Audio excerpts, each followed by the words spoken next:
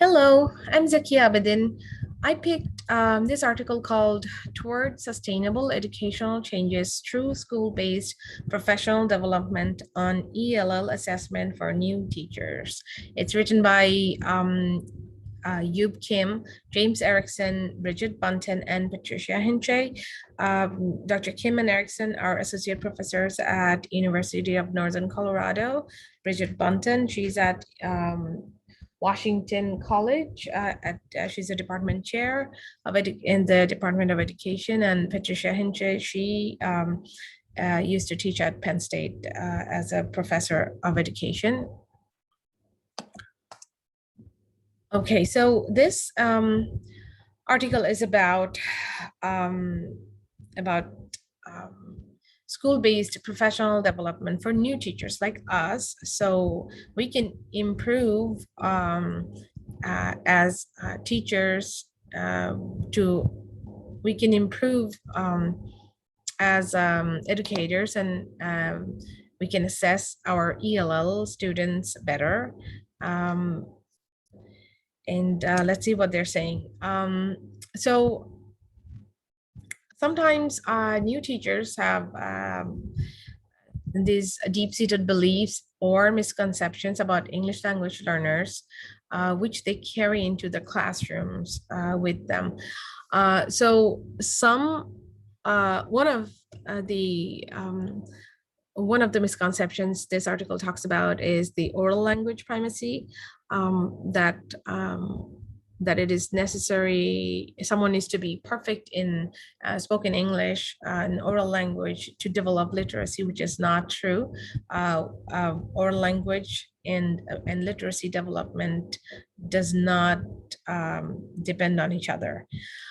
Another thing this article talks about is culture as holidays and food. We know culture is more than just holidays and food. It is the way we live. It's for students, it's the way they learn, it's the way they think, it's the way they process their thought, the way they interact with the teacher and principals and other adults in the school. The last one they talk about is assessment as testing. Testing is assessment is not just testing. Assessment is more than that. We assess students in many ways, not just the pen and paper tests. Some of this, even though some of these misconceptions can go away with knowledge, with more education, but new teachers might not had any ELL courses in college. Some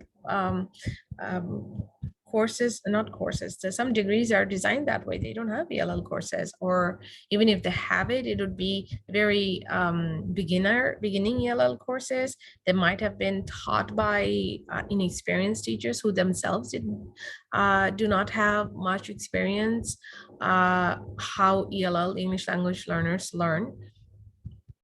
Or they may not have had the opportunity to do any practicum experiences with ELL students. Where their area or their school where they're placed at may not have ELL students. Let's see what's come next. So this article makes a few suggestions or considerations for developing a school-based professional development project. First one is time.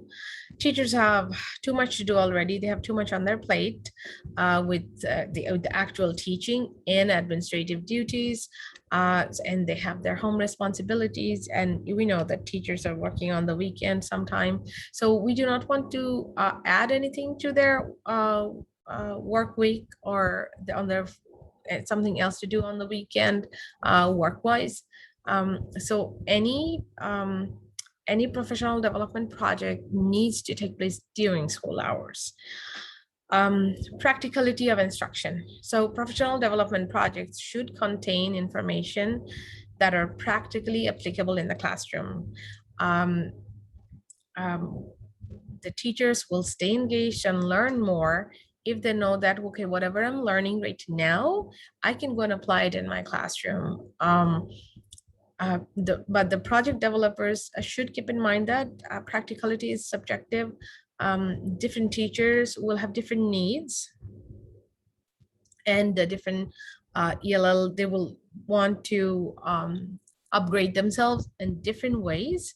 So flexibility and freedom to choose what projects to sign up in, that will help teachers stay interested in the project. So I want to I want to know what's coming up. So if I need it, I can sign up. Let's see. So working environments, right? Good relationship among teachers and support from principals and administrators make a big difference how teacher responds to these projects. Commitment and meaningful participation. Commitment, so commitment is an internal factor, and while the other two are external factors. Teachers are committed, their commitment emanates from meaningful participation in collaborative effort. So basically, when they are working with other teachers, they'll have meaningful participation. They will be committed to finish the projects they're in. We have an example here, Spring Valley Elementary School. There are two players there, Meredith and Bill. Meredith is the 25-year-old veteran ESL program teacher. Bill is the principal.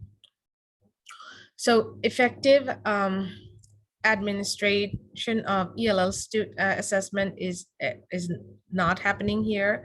That's what Meredith feels due to large number of let me put it here, large number of ELL students, too many ELL students.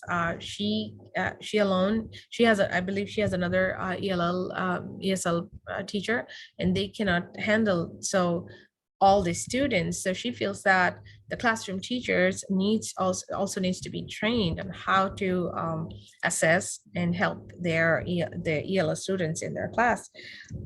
So they know, Bill and Meredith figured out that there's no money coming in from the district. So they came up with a plan to train newly hired general ed classroom teachers in small groups, 2 to 3 in a group, before school starts, like the half an hour before students come in. Or so teachers in this, Meredith brings up new test materials. She teaches them how to assess or how to teach and learn more about how they learn. The teachers learn how the English language learners learn.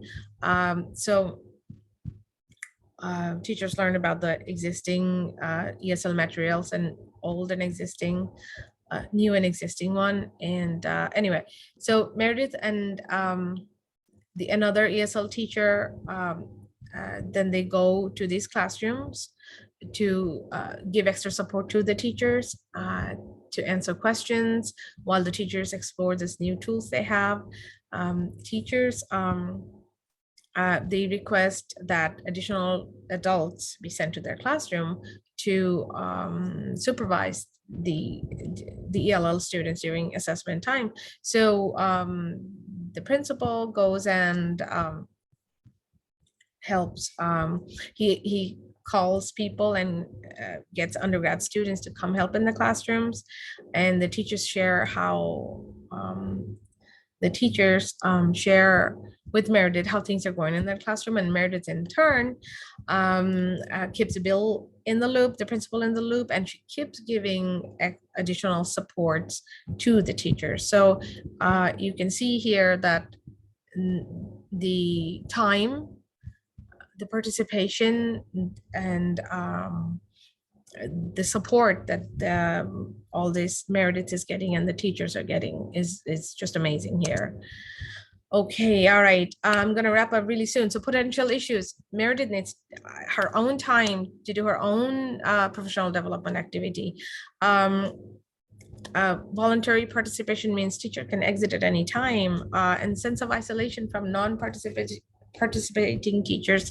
They might feel resentful, like, how come she's new and she gets to do it, and I've been here 20 years and I don't get to do it.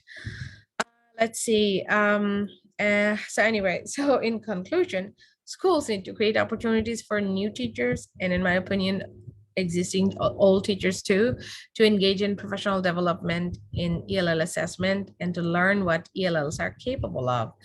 Um, I'm going to end with this. To help teachers become effective advocates, school and districts need to provide professional development for teaching ELLs before teachers can be held accountable for ELL's academic progress. So yes, teach us how, I mean, first give us the tools so we can be effective teachers in the classroom. Thank you very much.